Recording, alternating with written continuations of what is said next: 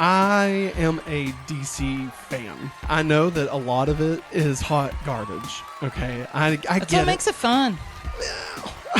I mean, Well, sometimes. I would prefer it not be hot garbage, but Sometimes. like, I'm a fan, but I'm not unaware that it can be terrible. I enjoyed the first Shazam movie. I thought it was really funny. I thought it was really good. It was tonally different. Like, I remember really, really enjoying it. Kind of being surprised at how much I enjoyed it. Yeah. And then years pass. Okay. We go through the destruction of the DCEU and the construction of the new DCU, right? And then this movie finally comes out. So, like, a lot has happened in the background of the real world of DC, right? I don't even know where this movie fits in, like, is there a timeline? I don't even know anymore. It's hard. It's hard to track, right? And at this point, it almost feels fruitless to try and figure it out, because the Flash is going to come in and revamp, reboot everything, right? Reset everything. And so, like, will Shazam even be a part of that? So, like, all of these questions are just floating around up here. I'm happy to say, while watching the movie, I was able to just kind of take all that and just kind of sit it over here and just watch the movie for what it is. And I had a lot of fun. I did too. I thought it was really fun. I thought it was funny. I laughed a lot. Probably more than I should have. I love the dynamics of the families, or the kids rather, in the family. I love how, it shows the Freddy, his name's Freddy, right? Yeah. How, is that right? No, Billy. Sorry, Billy, yeah. Freddy's his brother. Yeah, Freddy, yeah. But I love the idea that, like, Billy was a loner in the first one, and now because he's found family, he really doesn't want to let go of that family. And, like, it's almost a 180, but you can see how the character is going. Yeah, he has abandonment issues. Yes. And so seeing him deal with that, I mean, that's such it's just such a natural rite of passage in normal life. Like, you grow up and your friends move away and you have to kind of make new friends. And, and, like, you're kind of in that cusp of adulthood, Like, your senior year, you've got like 3 weeks left, and everything's about to change, but you're trying really, really hard for it to not change. And, like, all your friends are already talking about their great big plans that they're going to go on, they're going to do, and you're still trying to just figure out what the hell you're going to do. And so it's that shoved inside of a superhero story with a bunch of comedy and a bunch of DC references. So, I mean, I thought it was fun. Like, I've heard a lot of people, like, really giving it shit, like, just a lot of shit, and, like, I don't know, it's not gonna set the world on fire, and I don't think that this is gonna save the DCU or anything, but I don't really know what more, like, I could have wanted from this movie. Like, I can tell you 55 things I wanted more from the DCEU, right? Yeah. But, like, on the shoulders of this movie, like, no, this was what I wanted. Honestly, it felt like a standalone story. Like, you'd go to the comic book shop and there'd be a trade paperback of Shazam: Fury of the Gods, right? And it'd be like, oh, this is, really funny. Look at, going from adolescence to adulthood. Yeah. And, like, you just read it and you're like, oh, wow, I don't know really anything about this. And this is a really fun story. It was surprising. Yeah. And then you close it and you put it on your shelf and you move on. And that's what this felt like. Yeah. This was like one of the more honest representations of a comic book I think I've seen on theaters. Maggie, what did you think about Shazam? I really enjoyed it. I loved all the actors. Like, I loved all the kid actors, but all the adult versions of them. Yes. I really liked that. And they really, the ones that got, the adults that got to play the younger ones, did a really great job. Just should I bring up the cast? I can't remember who's who, but the girl. I know Darla, right? Yeah, Darla. Yeah, the actress that plays Darla's adult version. She does such a great job. She really does. I think Darla's hilarious. Like, what, 10? Kittens! Kitten. Instead of saying... Well, no, that's a spoiler. But anyways, okay. Oh, my Lord, there's so many. Megan Good, yeah. Megan Good, yeah. She did a really good job. Just... she just is like an adult acting like a 10-year-old. Yeah. It was very big. Yeah. Very much big. Yeah. Very, very much big. And then, of course, we have our boy from the OC. Adam Brody. Yeah. Right? Yeah. I always get Adrian Brody and Adam Brody. It's Adam. It's Adam Brody. Okay. Yeah, Adam Brody. Yeah, he was obviously fantastic. Yeah. Like, maybe too good, if I'm being honest. Yeah. It almost felt like it was becoming, like, I was like, are we his getting more? movie. Yeah. Are we getting more of Freddy? Yeah. And of course, that's just starting out. And Yeah. obviously, we're not in spoilers or anything, but it makes sense within the context of the film. I just thought everything else was great. Yeah. It was great. It was good. It was good. I had a lot of fun. Again, if you, I don't even know, like how I'd compare this. I would say in the same vein as like Guardians of the Galaxy. Like it's not nearly as good as Guardians of the Galaxy. Obviously, that's a perfect movie. But I mean, like if you like funny, action, blockbuster movies, then this is gonna be something that you'd probably enjoy if you just give it a chance. Yeah. Honestly. If you've not seen the first one, I feel like you could probably just go into this. They do a good enough job of just explaining it. Yeah. But it reminds me of like Men in Black, or like I don't even know. I'm trying to think of any other 90s action comedy movies, 48 Hours. Bad Boys. I was trying to think of literally any 90s action comedy film that did not have Will Smith in it. I could not, nothing was coming up. Because I was going to say Wild Wild West. That's... Lethal Weapon. Yeah, I probably wouldn't say Lethal Weapon. Anyway. True Lies. This is nothing like True Lies. God almighty. Die Hard. This is good.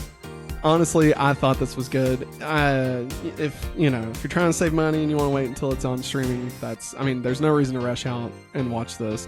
I will say there are a few surprises that are worth seeing without knowing.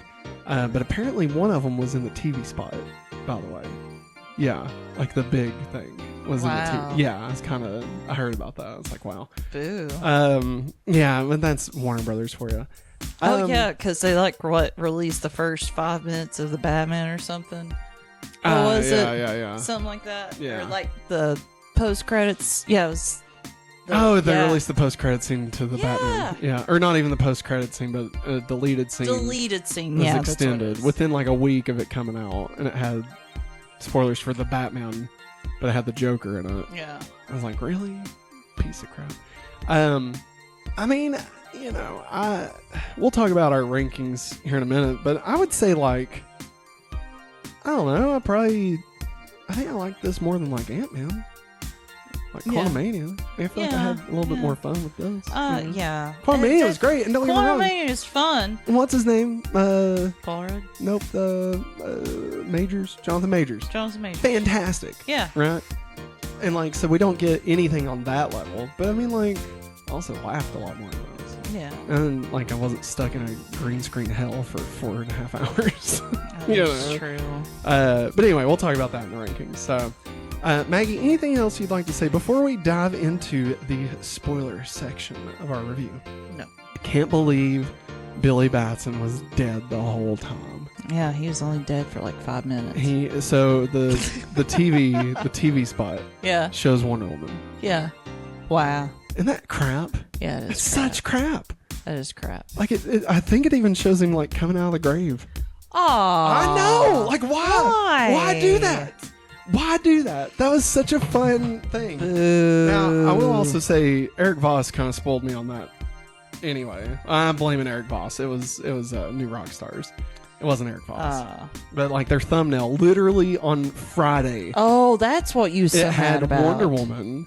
Yeah. It's standing it was the scene, which was probably in the TV spot. So I don't blame them for putting it on there now. But still, you're ruining crap for people. Yeah, we had no clue. It's so lame. It was great. Us watching it blind was fantastic. Oh yeah. Honestly, one of the moments, I probably should have talked about this a little bit more pre-spoilers, but without like saying specifically what the moment was, but when he finally calls her mom, like, come on, that was very moving. You know, it was sweet. And like, it was kind of nice to see all the kids again. Like, I mean, these movies are always going to be hard because they're going to have to figure out ways to like depower them. Otherwise, why are they not just the superheroes the whole time? You know, or why are they always the superheroes? Like, you know, so it's a fine line with something like this. Yeah, you can't. It's not like the comic books, you know. Right. And once they reach a certain age, like, does it really make sense for them to be transforming into adult versions of themselves? Yeah. You know, like, it's kind of like Ted. Like, he never became Bob Saget. Yeah. You know? Like, even when he cuts to the future and, like, he's just Ted. And he doesn't sound like Bob Saget. Yeah. And it's like, so that was pointless. You know? So, like, you know, short of that, I really thought that this was a lot of fun.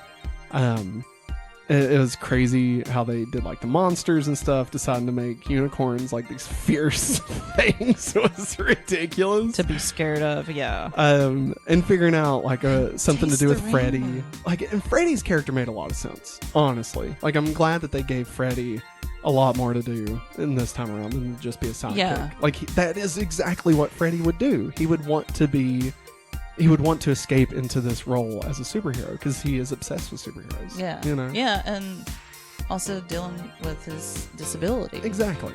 I mean, he doesn't have to have his cane with him all the time. So, I mean, yeah, totally. And I love how they handled the Rock of Eternity. Like, how they just trashed it. And like, it was and decorated so all the 7 sins. Oh my god. I mean, that's what a bunch of preteen/teenagers would do. And they would make the lair into a party place, it looks like. The fact that Mary was hungover was so What's wrong funny with to you, me. Mary? Why do you have sunglasses on? I went to the dentist. The eye doctor. Oh, the eye doctor. Oh, really? But and like, I love how she was telling Billy, can you please talk? You're talking way too loud. It was so funny. I love that. And she's chugging Gatorade. Yeah. And I loved how Billy like would have these like Apple keynotes on his iPad that he's trying to go over like ways they could be better superheroes and stuff. And like, of course, they're not the Philly fiascos. Oh Jesus! And like, of course, they're not going to be like super like into the whole thing, like of giving up their life to be these superheroes. You know, like they're children. Like, it's gonna get old. It doesn't matter how great it is. Yeah. It's gonna get old, and they're gonna get bored and do something else, you know? I just like at the beginning, Billy going, oh, it's a beautiful day in Philadelphia. Why don't we go out for a walk? Oh, yeah. And they're all like, oh. Are you sure? Are you sure again? But I did realize a big reason I think I like this is because of Power Rangers. Yeah. I was like, oh, it's teenage superheroes in multicolored outfits. That tracks, actually. I love how at the beginning, the electrician's at the house, and the dad's like, I don't know why it's getting hit by lightning all the time, the house. And then at the end, it shows them, you know, fixing up the house, and he's hanging up a cross stitch that says no Shazamming in the house. I love that so much. It was good. Yeah. Honestly. And of course, the mid-credit scene with Peacemaker. Team Peacemaker wasn't actually Peacemaker, which it would have been great if it was Peacemaker. That was interesting. The fact that they're adding him to the Justice Society is interesting. That's the Justice. I'm in. I did it. And then he's like, that's the one with Wonder Woman, right? He's like, well, no, this is Justice League. This is the Justice Society. Which Shazam was a part of the Justice Society. Yeah. So, I mean, it makes sense. It makes sense, but I just like the fact that he was just highly disappointed. I just mean, like, it's funny from, like, a comic perspective that, like, that's what they're doing with him. Yeah. You know? Like, I mean, they have, in 2 movies, they have set up the, like, perfect live action version of the Justice Society from out of nowhere, you know? They have. Like, that's insane. That's insane. Like, I would love to see Shazam and, like, Hawkman and the Atom, you know, running around doing Dr. Get Alan Scott in there. For God's sakes, give me a fucking Green Lantern at this point. Why do we not have Green Lantern? I'm sorry. I'm sorry, I get a little worked up thinking about the Green Lantern. Checking my ears to see if they're bleeding. I also would have appreciated Jay Garrett Flash. Just saying. The fuck Dr. is? Fate. Yeah, well, Dr. Fate is, he's Dr. Fate, you know. How dare you? That was Pierce Bronson. And I loved the final credits scene. I laughed hard when they brought that caterpillar back and then played it for a joke. Yes. That was the funniest fucking thing. Yes, because oh my god, whenever we was trying to make sure that there was another one, it says it was a setup for the next villain, but it just doesn't matter. Yeah. And that freaking caterpillar came back. So good. It's so good. That guy from the first movie sitting there in jail, and he's like, "Oh, you're back. It's been 2 years.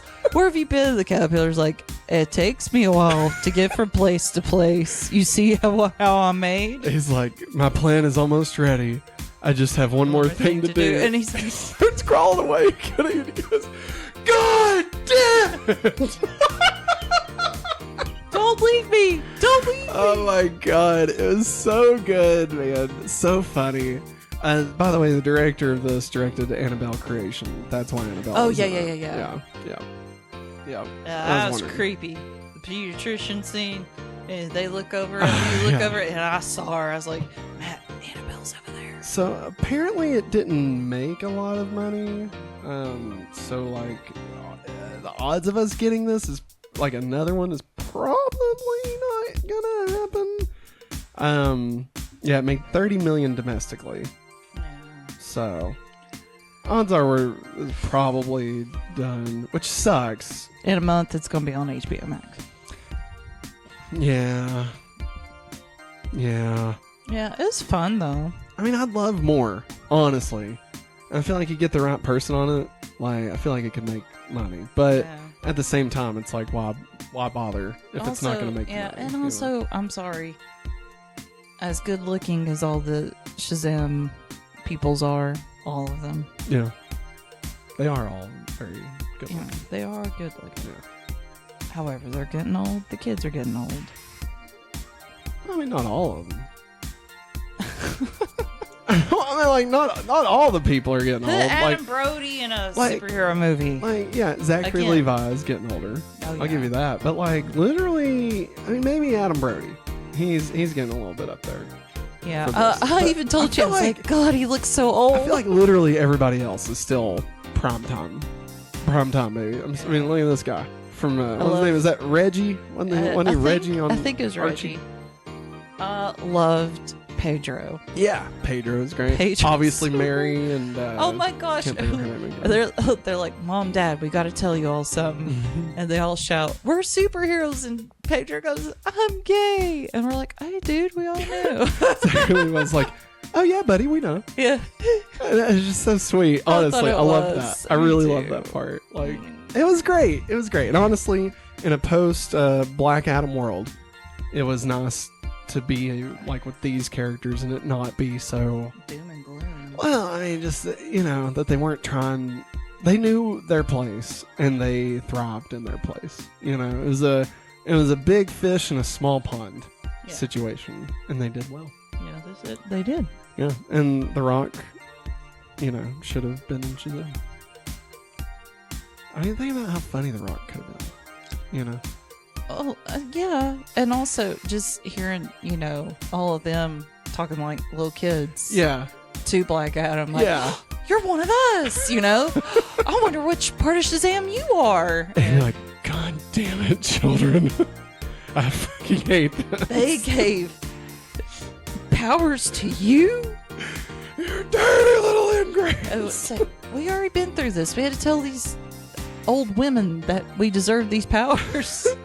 So, Maggie, all of that being said, is there anything else you would like to say before we dip out of the spoilers section? I really liked how they did the age differences between the god sisters, the goddesses. I really like that. Helen Mirren being the older sister. Yeah. Lucy Liu in the middle, which makes sense for her to be the chaos god. Yeah. And then the third girl from... Third Eye from the Sun. Oh, no. Whoa! Good Lord. I'm so sorry. It was an ad. What was that movie she was in? Steven Spielberg. West Side Story. West Side Story. Sorry. I'll be honest. I just like how they were all cast to be, older, middle, younger. I thought it's just Lucy Liu and Helen Mirren. Yeah. I'm glad they didn't give that away. Yeah, me too. I mean, they may have. They may didn't have do it in the a TV trailers. spot. I don't know. But and it was kind of nice seeing Lucy Liu. Yeah. She doesn't do a whole lot of stuff. I thought it was great. Honestly, I thought it was great. Yeah. I thought everybody did a great job. Good job, everybody. Good job, everybody. Good job.